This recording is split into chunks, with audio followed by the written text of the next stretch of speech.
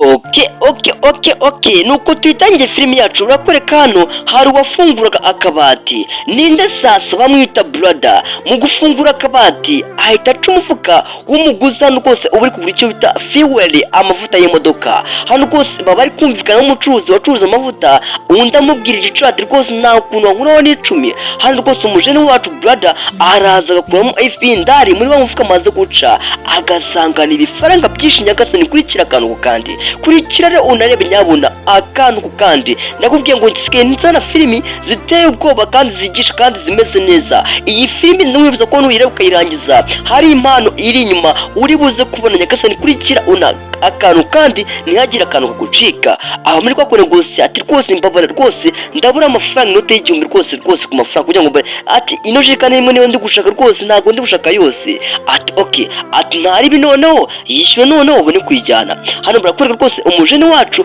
ahita afata jerekani akayimanura gake purapura akayirambika hano. Ati buri gato ndaje nkwishyuye noneho witonde wipowere unakurikira akantu kandi. Kurikira rero unarebe umujene wacu aza hano muri kwa kujya kugura amafaranga aho yashyize, agasanga umufuka wamaze kuwuca kare.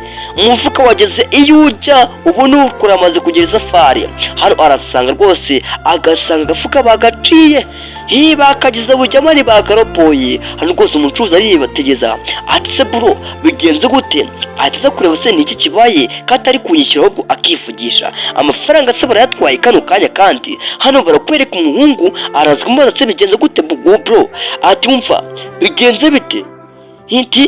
Ibibazo njye bigenze bite kutari kunsobanurira? Ati mva nyine mubwire bro nari ngiye kukwishyura noneho ngiye kureba asanga amafaranga bayajyanye kare, amafaranga bayacisheho. Amafaranga wagiye kunyishyura ntayibonye? Ati ntayifite?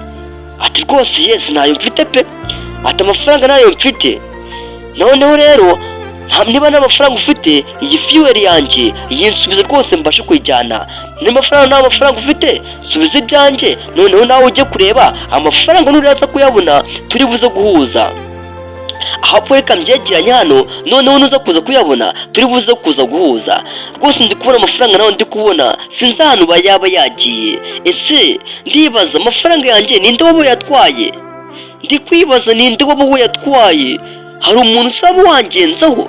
Ati bro ati reka mba ngiye ndebe noneho ndebere hirya ndibuze kugaruka. Ati ariko sindi kwibaza ko nari nyafite amafaranga yanjye agiye sasa. Kurikira unarebe muhungu wanjye, kurikira rwose unarebe mukobwa wanjye, ndagukunda cyane wowe uri kumurikira. Ndakwibuza ko unureba no video ukayirangiza umara yawe hari impano bita gifts y'amafaranga atari menshi cyane ariko nanubwo ari make.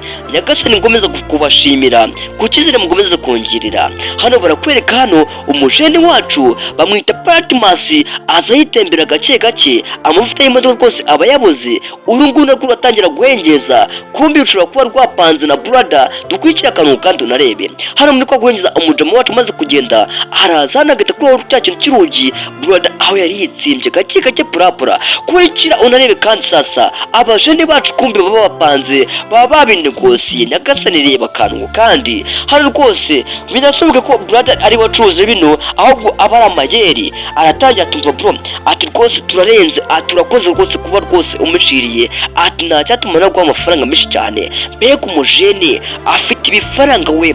Ati twese turarenze. Hano barakwereka brother atangira kubara inote agatangira ati wawo tunubona ati tugiye kuba bakiye noneho ba Bill Gates.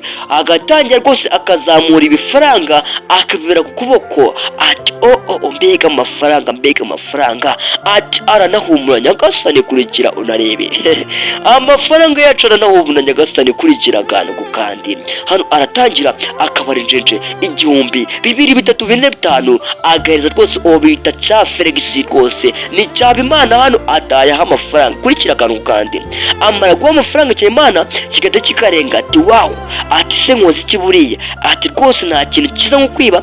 Nge Nyagasani ndabibuza ko kwiba nta kintu kirimo, nta kiza cyo kwiba buriya wabyemera neza bakuvunira utigongo Imana ukagendera mu mbago kandi wari umuntu muzima. Hano barakwereka rwose cya Felix yacu cyati kikarenga gutyo muri ubwo buryo. Hano agasiga uwo bita brother ari kuyabara rwose yitonze yipoye yinenetse. Kurikira akantu kandi nihakira akantu kugucika nyabuna mwibutsa gukora subscribe niba ari ubwa mbere mbonye, kandi mwibutsa kuri video ukayirangiza kubera ko mu mpera zayo hariyo impano twateguye y'amafaranga atari menshi, ariko nanone ntabwo ari make. Kurikira akantu kandi rero mana nyagasani mwibuka ukumva subscribe nicyo cya mbere cy'ingenzi, kandi nyagasani uri buze kubona ibyiza inyuma yayo n'iyo video. Hano barakwereka umujeni wacu brother amara kubona amafaranga agatangira akayabika, none agira gute ahanagura icyo bita amajerekani. Afande Patmos ahita aza hano rwose kuza kongera kugura rwose azanye andi mafaranga, kubera ko ababona nta kundi kuntu ari bubigenze ngo ari buze kuhaca. Barakwereka hano araza, hano aba ari umujeni uhagaje ku modoka. Nyagasani kurikira unarebe uno mujeni se tumaze kubona yaracuje we, murebe uyu si Habimana arageza adacamo agapira ashyiramo agapantaro keza, ahita aza rwose hano ubona ko hari umuntu bahanye amasiri, ahita amuga ati bro ati ni ibiki, ati ati waba uyu ati kumuvuga ko wawucese bro, ati byagenze gute, ati we rero umva nkubwire bro, ati wowe umufuka wa nyine bawuciye nagiye kwishyura asanga na mufuka uriho nanjye wasanga ari ibijura byamenyereye, ati kuzi utabeshye n'ibijura byakumenyereye, ati birashoboka, ati mana we, ati ariko umuntu umuvuna muri turamutse umubonye we wamugenza gute, ubu ntiwamurya adahiye we, ati we tuburetse gatonya.